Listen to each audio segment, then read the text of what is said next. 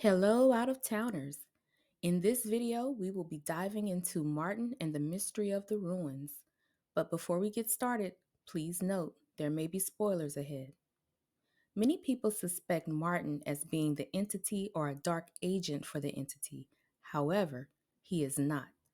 Martin was a resident of the town who went through a faraway tree and ended up trapped. We know this because when Boyd climbs out of the chimney, Martin says to him, "You made it. I wasn't sure you would. It's such a long climb," implying that he too has made this climb. He then tells Boyd he used to think the town was the worst part, then he went through the tree. You go in one place, you come out another, sometimes you get stuck, and sometimes you get trapped. Now that's when they get you. So we know at a minimum these three things occurred. He was a resident in town who had gone through a tree and ended up in the chimney but was caught by the entities. I believe we see a very tiny clue of this in season 3 as his medication is at the clinic when Ellis comes looking for a cure for Fatima. Here we see Ellis slam 2 bottles on the table, which were zoomed in on, and the name read M. Thompson, who I believe belonged to Martin before he disappeared. We also learn Martin was a Marine, and most likely he was trying to take charge and find a way out, similarly to Boyd when he became trapped. Now let's talk about where he is. Martin is not in the physical world that we currently see in the show. He is in some sort of astral plane that is only visible if you enter it. In the physical world, it is crumbled ruins from a very long time ago, not the intact structure we see when Boyd is there. We know this because when Julie, Marielle, and Randall are chained there, their physical bodies are still in the town in their beds, meaning they can't be in two physical places at the same time. This crossover is similar to an out-of-body experience, manifested by the entity in which they still experience pain and suffering. Here, time is also different, which explains why Julie was able to come here while Boyd was trapped in the chimney, even though this happens at 2 different times in the physical world. This could also mean that Abby has been here as well, since Martin knows about her theory on waking up. This movement through space and time explains why she thought it was all a dream and started shooting people. We do not know how the other 2 people that were chained with Martin came to be trapped, as we have seen at least 3 different ways to get here. The first is going through a faraway tree. The second way is if you were pulled in by the entity. And the third is if you have already been here and escaped, and you're now able to story walk, as we see with both Julie and Boyd. When Boyd asks Martin where they are, he doesn't answer because he doesn't care anymore, not because he's being deceptive.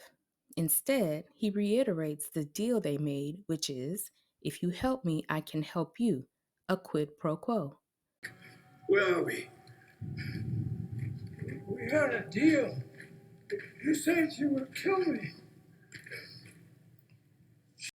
Martin has suffered enough and wants to die, but Boyd, being Boyd, believes he can find a way to save Martin. As Boyd tries to break his chains, the music starts playing as a warning. Martin tells Boyd they're coming. He describes them as whatever these dark things we were never meant to see, which are not the monsters that come out of the forest at night, who are just the tip of the spear. This makes me think that these entities are visible in this astral plane. However, they cannot take form in our real world. More to follow on that in a later video. Martin tells Boyd he has to get out before the music stops, and he knows this because he didn't get out in time, and he became a prisoner and a host for the larva to feed on. I'm not sure if Martin thought that Boyd would actually make it out in time, but one thing Martin did know at this point is that Boyd would not honor his deal. So Martin took matters into his own hands and transferred the worms to Boyd. This wasn't Martin's initial objective. It simply became his only option in order to free himself of this suffering. And by Boyd not honoring his word, he not only has the worms now, but he takes them into the physical realm. He then frees them by transferring them into Smiley, whose power allowed them to feed and quickly hatch into the cicadas. Boyd bringing the worms back was not planned nor Martin's idea. No one lured Boyd there to do this. Boyd didn't keep his word, and as a result, Martin did what he had to do. They touch, they break, they steal.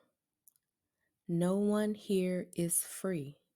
Here they come for three, unless you stop the melody. It is a nursery rhyme that Bhakta's grandmother used to tell her. However, the entity is using this as a game, and the timing of the music gives people not only hope, but also a chance that they can somehow figure out how to stop the three infected from dying. As with all games, there are either winners or losers. When Boyd and Kenny bring Sarah to the ruins, she says she can hear them screaming. It's hurting them being Julie, Marielle, and Randall.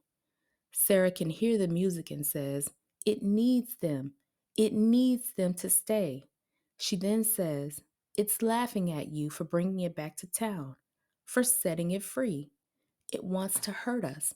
It wants to make us suffer." She tells Kenny, "It got so excited when it touched your arm."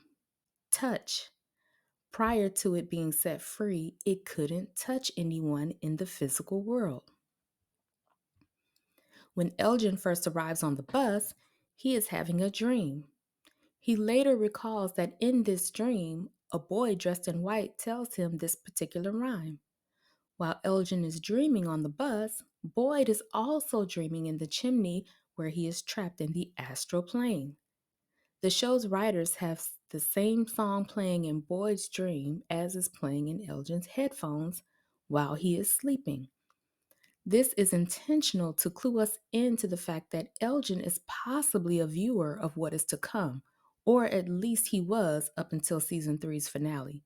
We will have to wait and see where his story goes.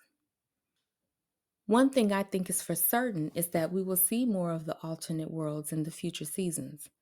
I say this based on one of Victor's drawings, which shows houses encased in bubbles.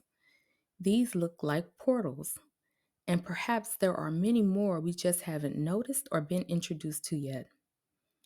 Let me know what you guys think in the comments. Do you think they were in an astral plane? Is Elgin a seer of what is to come? Please be sure to hit the like button and subscribe to my channel as more theories, Easter eggs, and revelations are on the way.